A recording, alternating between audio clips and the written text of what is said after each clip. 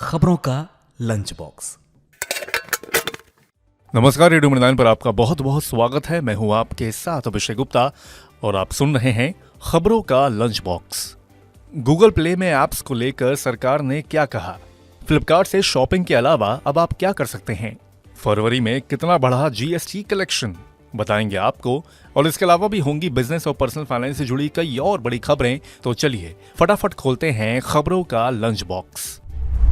World rating agency Moody's ने साल 2024 के कैलेंडर ईयर के लिए भारत की ग्रोथ रेट के अनुमान को बढ़ाकर 6.8% कर दिया है। इससे पहले रेटिंग एजेंसी ने 2024 में भारतीय अर्थव्यवस्था के 6.1% की दर से बढ़ने का अनुमान लगाया था। साल 2023 में भारत के आर्थिक आंकड़े उम्मीद से कहीं बेहतर रहे हैं, जिसकी वजह से मूडीज ने ग्रोथ रेट का अनुमान बढ़ाया है। कैलेंडर ईयर 2023 की चौथी तिमाही में भारत की रियल जीडीपी की ग्रोथ रेट सालाना आधार पर 8.4% रही है। ऐसे में पूरे 2023 के साल में भारतीय अर्थव्यवस्था 7.7% की दर से बढ़ी है। अब खोलते हैं लंच बॉक्स का अगला डब्बा। फरवरी में जीएसटी कलेक्शन 12.5% बढ़कर 1.68 लाख करोड़ रुपए रहा है। सरकार की ओर से जीएसटी कलेक्शन के आधिकारिक आंकड़े जारी किए गए हैं। सरकार के मुताबिक फरवरी के लिए ग्रॉस जीएसटी कलेक्शन 1,68,337 करोड़ रुपए रहा है, जो साल 2023 के इसी महीने के मुकाबले 12.5% ज्यादा है। साल 2023 के फरवरी महीने में जीएसटी कलेक्शन 1.49 लाख करोड़ रुपए रहा था। ये ग्रोथ घरेलू ट्रांजैक्शन में 13.9% की बढ़ोतरी और चीजों के इंपोर्ट में 8.5% की बढ़ोतरी की वजह से है। अब लंच बॉक्स के अगले डब्बे में फ्लिपकार्ट से जुड़ी खबर है। ई कॉमर्स मार्केटप्लेस फ्लिपकार्ट ने फ्लिपकार्ट यूपीआई के नाम से अपनी खुद की यूपीआई सेवा लॉन्च कर दी है। एक्सिस बैंक के साथ पार्टनरशिप में ये सेवा ऐप के अंदर और बाहर ऑनलाइन और ऑफलाइन पेमेंट्स के लिए शुरू की गई है। शुरुआत में ये सेवा केवल एंड्रॉयड यूजर्स के लिए ही शुरू की गई है। इस पेमेंट सर्विस के जरिए कंपनी अमेजॉन पे, पेटीएम, गूगल पे और फोन पे जैसी कंपनियों का मुकाबला करेगी और इन थर्ड पार्टी ऐप्स पर कंपनी की निर्भरता कम होगी।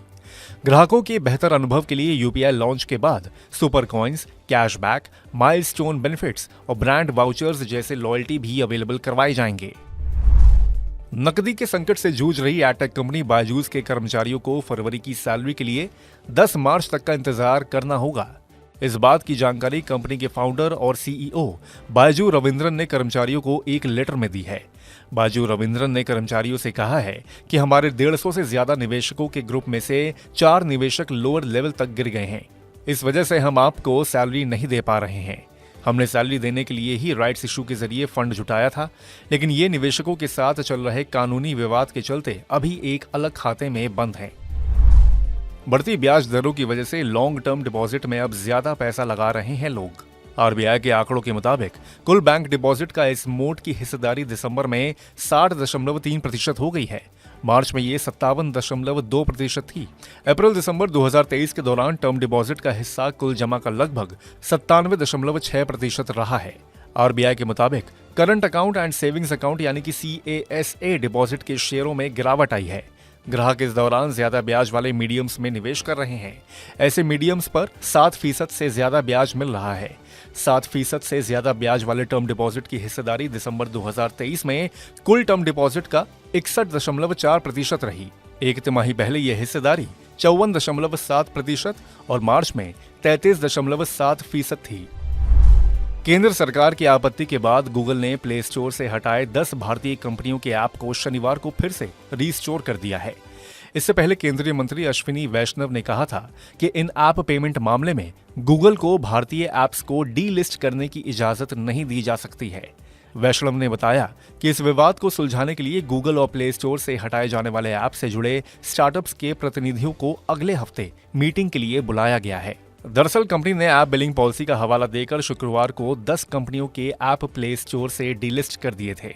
गूगल ने कहा था कि जिन ऐप्स को हटाया गया उन्हें 3 साल का समय दिया गया था, लेकिन उन्होंने पॉलिसी को मानने से इनकार कर दिया। इसी के साथ हम लोग आ गए हैं लंच बॉक्स के आखिरी डब्बे में। असम और मेघालय की हरी भरी वादियों में अगर आप घूमने का मन बना रहे हैं तो IRCTC कोयम्बटोर से नॉर्थ ईस्ट के लिए स्पेशल पैकेज लेकर आया है, जिसका नाम है असम मेघालय एक्स कोयम्बटोर पैकेज। इसमें आपको गुवाहाटी, शिलोंग और काजीरंगा की सैर का मौका मिलेगा। इसमें आपको कोयम्बटोर और गुवाहाटी फ्लाइट से आने जाने की टिकट मिलेगी। इस पैकेज में आपको चेरापूंजी, मोलियानोंग, काजीरंगा जैसी जगहों पर टूर करने का मौका मिलेगा। पैकेज में आपको 6 रात होटल में ठहरने का मौका मिल रहा है। इसमें ब्रेकफास्ट और डिनर की सुविधा भी ग्राहकों को मिल रही है। इस पैकेज में पूरे सफर के दौरान सैलानियों को एसी कार या कैब की फैसिलिटी मिलेगी। इस पैकेज की कीमत की अगर बात करें तो सिंगल ऑक्यूपेंसी में 65,770 रुपए प्रति व्यक्ति, 2 लोगों को 57,260 रुपए और 3 लोगों को 55,430 रुपए के हिसाब से शुल्क देना होगा। तो इसी के साथ बंद करते हैं खबरों के लंच बॉक्स को। उम्मीद है कि इसमें पेश की गई खबरें आपको पसंद आई होंगी। अगर ऐसा है तो हमें कमेंट करके जरूर बताएं। बाकी बिजनेस, पर्सनल फाइनेंस और कॉर्पोरेट जगत से जुड़ी और खबरों के लिए सुनते रहिए रेडियो मनी 9 और डाउनलोड कर लीजिए हमारी मनी 9 ऐप को। हमेशा की तरह मैं हूं आपके साथ अभिषेक गुप्ता। अभी लेता हूं विदा। धन्यवाद। खबरों का लंच बॉक्स।